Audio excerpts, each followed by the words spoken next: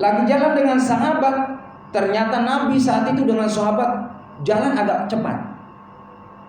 Lalu sahabat nanya, ya Rasulullah, kenapa jalannya kok agak cepat? Aku dengar, aku lewati orang yang ada di alam kubur ini sedang disiksa oleh malaikat penjaga di alam barzah karena dosanya di hadapan Allah. Lalu jemaah rahimakumullah, Nabi langsung melanjutkan perjalanannya. Lalu pulangnya Nabi Muhammad nggak seperti jalan yang pertama, agak pelan. Ternyata kenapa ya Rasul jalannya tidak seperti waktu melewati jalan pertama? Aku dengar dan aku lihat, kata Rasul, ini orang sudah tidak lagi disiksa oleh malaikat yang ada di alam barzah. Kenapa ya Rasul? Ini anaknya telah mendoakan si fulan yang ada di alam barzah.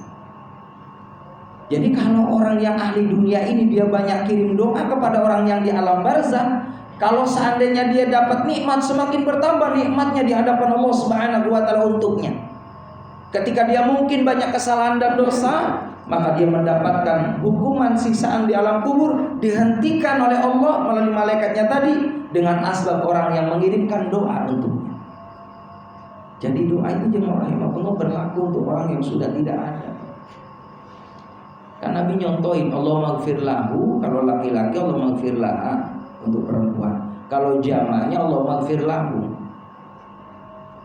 Salat Jumat pun diajarkan, Allah maghfir lil muslimina wal muslimat wal mu'minina wal mu'minat al ahya'i minhum wal amwat. Yang hidup ataupun yang sudah mati itu berlaku. Ini Nabi yang mencontohkan al ahya'i minhum wal amwat, yang hidup ataupun yang sudah wafat. Berarti Allah maghfir tadi sampai doa kita untuk mereka. Apalagi tadi anaknya untuk orang tua yang sudah tidak ada. Tanda bakti kita untuk orang tua kita yang sudah tidak ada, kirimkan doa sebanyak-banyaknya. Libatkan dalam melakukan aktivitas kebaikan, sebutkan nama orang tuanya. Seperti membadalkan haji dan umroh. Kalau memang kita ada Pak, badalkan haji dan umroh.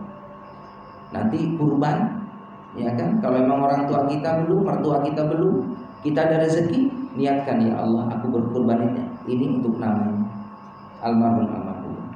Jadi sampai jamaah dimuliakan oleh Allah Subhanahu wa taala. Ya rahimakumullah. Lalu yang kedua, kata malaikat Jibril, celaka bagi orang yang dia pasangan suami istri tidak nyaman dalam rumahnya, berselisih terus. Ini juga Pak, jangan lama-lama kita. Ya, kalau ada masalah dengan pasangan kita Pak, jangan lebih dari 3 hari.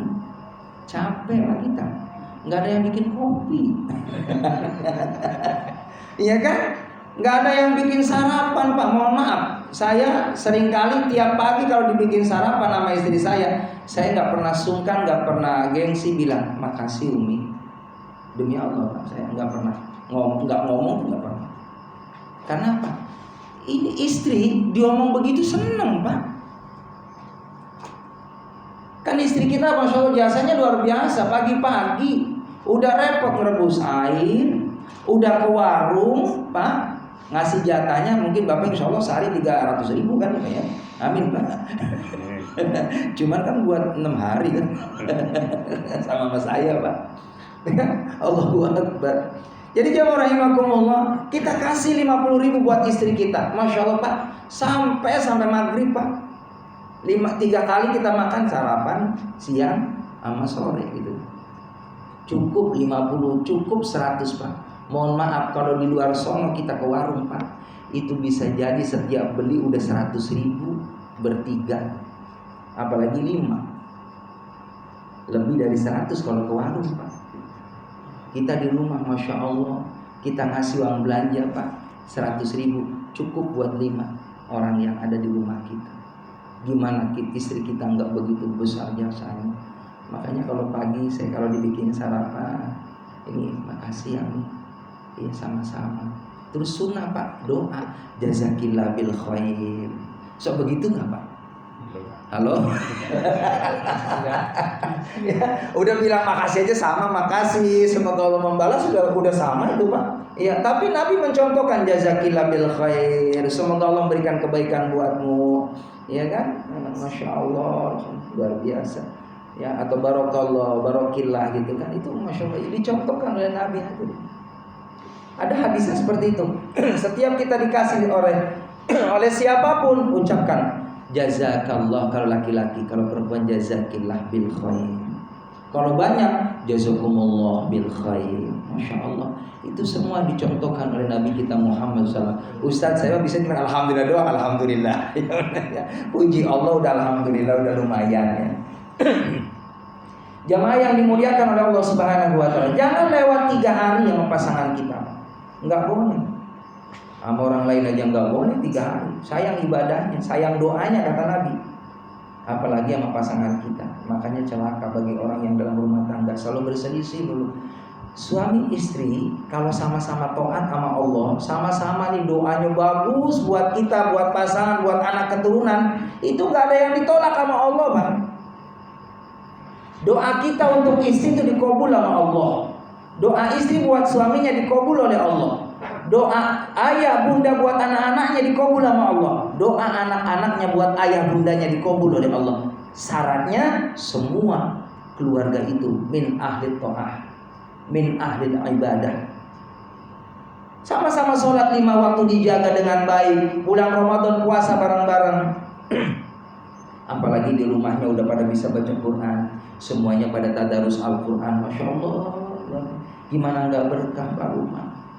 Ustaz, saya mah kebetulan mohon maaf baca Qurannya belum begitu lancar Ustaz.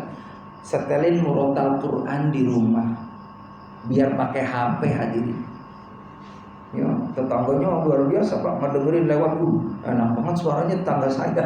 Ini diintip HP. Masih alhamdulillah yang didengerin Quran Pak. Quran itu terapi hati hadirin. Kalau kita punya penyakit hati tuh masya Allah dibersihin sama Quran hadirin. Jangan sampai rumah kita ini mohon maaf sunyi dari Quran. Kalau kita bisa baca Quran, bacain Quran rumah kita. Nawiru buyutakum bisolah wa qiraatil Quran. Terangi rumahmu, cahayai rumahmu dengan Al-Quran. Juga kata Nabi dengan sholat sunnah. Jadi kalau sholat fardu di musola. Sholat fardu di musola, bapak-bapak terutama. Jadi kalau kita dengar nih hayya sholat al-yasan, kudu datang Pak. Karena kita laki-laki pemimpin yang nanti di akhirat diminta pertanggungjawaban di hadapan Allah. Punya anak alhamdulillah sudah akil balik 15 tahun, disuruh ke sini anak-anak remaja. Ustaz, anak kecil cucu saya mau ikut boleh enggak? Kata Imam Ghazali boleh. Yang penting kita orang tuanya kudu ngejaga. Karena apa? Selama ini masjid musola masih ada anak kecil peduli datang ke rumah Allah belajar agama, belajar sholat, kiamat masih jauh. Jadi jangan anak kecil diomelin, pulang. Bocah kecil pada pulang nggak pada betapa di musola. Ini mohon maaf, siapa lagi yang nerusin musola kalau bukan anak cucu kita? Jadi anak kecil biarin pada ke musola, yang penting nyaman. Jadi pulang. Bocah pada pulang Pak. Kalau mau ribut jangan di musola. Sholat di pos ronda. Di pos ronda pada ribut. Orang tuanya juga sama, jangan pada ribut di rumah Pak. Soalnya pada musola. Lu ribut di musola, ribut juga pada musola suruh ribut. Jadi jamaah rahimakumullah ya. Allahu Akbar. Jangan ada dalam rumah tangga kita ini berselisih lebih dari 3 hari. Itu jauh rezeki hadirin. Kan rezeki itu kan gaib. Rezeki itu abstrak hadirin. Ya, rezeki itu tidak harus berupa materi Pak. Kita bisa nikmat ibadah itu rezeki dari Allah. Kita bisa nikmat tilawah Al-Quran, nikmat berzikir kepada Allah, nikmat berdoa sampai ya tidak terasa terurai air mata, berderah air mata, menikmati doa kita itu juga rezeki dari Allah. Rezeki kita dijaga sama Allah, kesehatan suami istri, dijaga anak-anak kita subhanallah, itu rezeki dari Allah. Tidak harus banyak duit hadirin. Karena tidak sedikit orang banyak uang, tapi juga ada masalah di sana. Ada problem di sana. Iya kan?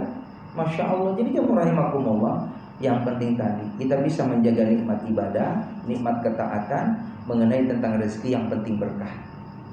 Kan kata Nabi begitu. Orang yang kaya itu, satu, apabila nikmat dalam kesolehan ketaatan, udah punya iman yang baik, lalu imannya dibuktikan dengan amal soleh, itu udah kaya. Lalu yang kedua, orang yang kaya itu adalah orang yang dikasih nikmat sehat oleh Allah. Buat apa uang kita banyak tapi sakit-sakitan mulu? Habis uang kita. Tidak sedikit ada orang Muhammad yang rahimahullah demi membela kesehatannya habis hartanya. Dia jual rumahnya, dia jual kendaraannya, dia jual tanahnya. Yang penting dia sehat. Kita dapat itu nikmat itu, cuma kadang lupa kata Nabi. Lalu yang ketiga, orang yang kaya itu apabila besok pagi masih ketemu buat yang dimasak besok, Pak. Kita bukan hanya besok, Pak, seminggu masih kuat, sebulan masih kuat kita. Ini lebih dari kaya, setahun lagi masih kuat. Terus kita nggak syukur sama Allah, apa kita nggak malu sama Rasulullah? Yang Nabi kadang hari ini makan, besok enggak. Nabi 3 hari Pak nggak makan, kadang seminggu, kadang setengah bulan, riwayat setengah bulan. Nabi hanya minum air putih dengan Siti Aisyah. Kita nggak pernah nemuin itu, Pak. Tapi Nabi Masya Allah ibadahnya nggak pernah putus malam hari, Pak. Sampai malam hari Nabi Muhammad pernah melakukan sholat taubat 1000 rakaat, Pak. Habis isya nggak tidur Nabi Muhammad. Siti Aisyah lihat Nabi masih dalam kondisi sujud, hadir. Siti Aisyah bangun, Nabi dalam kondisi berdiri, sholat terus habis sampai waktu subuh. Kata Siti Aisyah, ya Rasulullah, kau dijamin masuk surganya Allah, engkau tidak punya salah dan dosa. Cukup ya Rasul, jangan terlalu forsir ibadah. Apa yang Rasulullah sampaikan? Afala aku ma'abdan syakur. Apa enggak pantas kalau aku ini selalu terima kasih sama Allah? Jadi ibadah itu bentuk syukur kita sama Allah. Kita mau sholat ke musola ini karena kita syukur sama Allah sehat. Allahu Akbar, Allahu Akbar, alhamdulillah ya Allah, telinga saya masih dengar. Bukan diomelin tukang ajan. Ajan cepat banget ajan. Iya, diomelin tukang ajan, kasihan Pak tukang ajan dari rumah buru-buru. Udah diomelin mestinya alhamdulillah ya Allah masih sehat. Kan gak lama Pak kita sholat maghrib, Masya Allah 5 menit, 10 menit, 15 menit datang mampir ke rumah Allah. Lamaan di rumah kita berjam-jam hadirin ketimbang di rumah Allah. Kita ini lapor ke Allah, bentuk ya daftar ke Allah, terima kasih ya Allah, alhamdulillah hari ini kau berikan nikmat yang begitu banyak ya Allah. Asyhadu syukri ilallah bisalah. Bentuk syukurnya hamba yang paling besar adalah mau ibadah sholat 5 waktu. Itu bentuk syukurnya kepada Allah. Yang rahimakumullah. Nah yang ketiga, kata malaikat Jibril, celaka bagi orang yang memutuskan tali silaturahim. Makanya halal bihalal itu Masya Allah luar biasa itu Pak. Dan halal bihalal itu dimulai dari keluarga Pak. Makanya gak salah juga tuh Pak. Tradisi kita nih pulang kampung, mudik kampung bagus. Silaturahim pengen ketemu sama orang tua, ya kan? Kali kemarin 2 tahun, udah. Gara-gara corona 2 tahun. Gimana nggak rindu sama orang tua? Kan saya udah nggak ada, usah orang tuanya ziarah. Ziarah ke makamnya beda Pak, dengan kirim doa dari sini sama ziarah ke sana beda.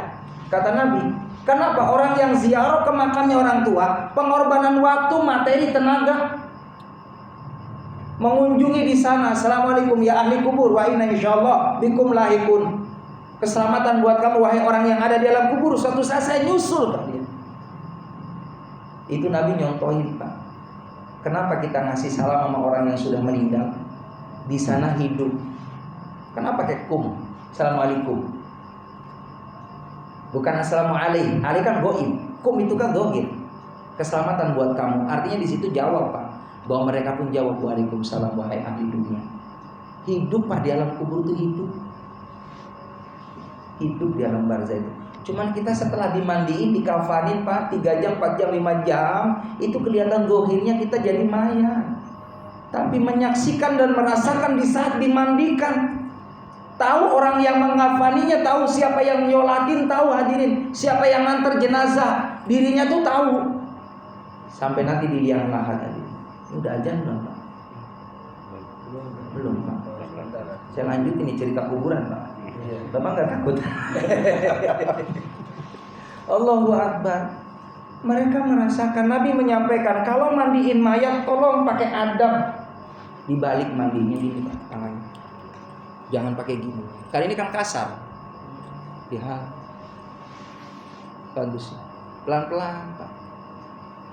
Mereka merasakan kalau mau ngomong jangan kencang-kencang, untung nggak ngomong. Ya. Pak Amil tuh hati-hati banget itu, Masya Allah. Dibalikin ke kanan dulu, belakang biar merata. Saya kalau mandiin mayat kadang nangis Pak. Kata saya hari ini saya mandi, suatu saat saya pun akan dimandi gini. Ambillah pelajaran dari orang yang meninggal dunia supaya kita ini Masya Allah sadar kita ini gak lama hidup di dalam dunia. Kafa bil mauti wa idza, cukuplah kematian itu nasihat buat kita. Makanya kita nggak boleh kalau lagi nganter jenazah malah ngobrol, ongkong-ongkong di atas kuburan itu duduk di lisan, cuma rokok, ngopi. Bener Pak, itu suul adab kata Nabi. Nggak boleh Pak duduk ngelangkahin, ya kan? Nisan tuh nggak boleh, haram itu hukumnya. Ya kan, duduk di atas itu kan. Apalagi buatnya satu-satu, bulan bin bulan, ngapain coba? Yang kenal gitu Pak, duduk kirim doa, Allahumma ghfir lahu warhamhu. Itu adabnya. Jadi adab masuk ke kubur, assalamualaikum, dan kita kirim doa buat mereka. Kenapa? Ketika kita mengirimkan doa buat mereka, itu akan kembali kebaikan buat kita. Wallahu a'lam bishawab. Ya Allah, itu saja yang dapat saya sampaikan. Waktunya sudah aja bisa. Semoga insya Allah kita diberikan berkah oleh Allah SWT, berkah umur, berkah kesehatan, berkah ibadah, berkah keluarga, berkah rizki, berkah lingkungan, juga berkah negeri kita. Amin ya rabbal alamin. Subhanaka wa bihamdika, asyhadu an la ilaha illa anta, astaghfiruka wa atubu ilaik. Walhamdulillah. Terima kasih. Mohon maaf. Assalamualaikum warahmatullahi wabarakatuh.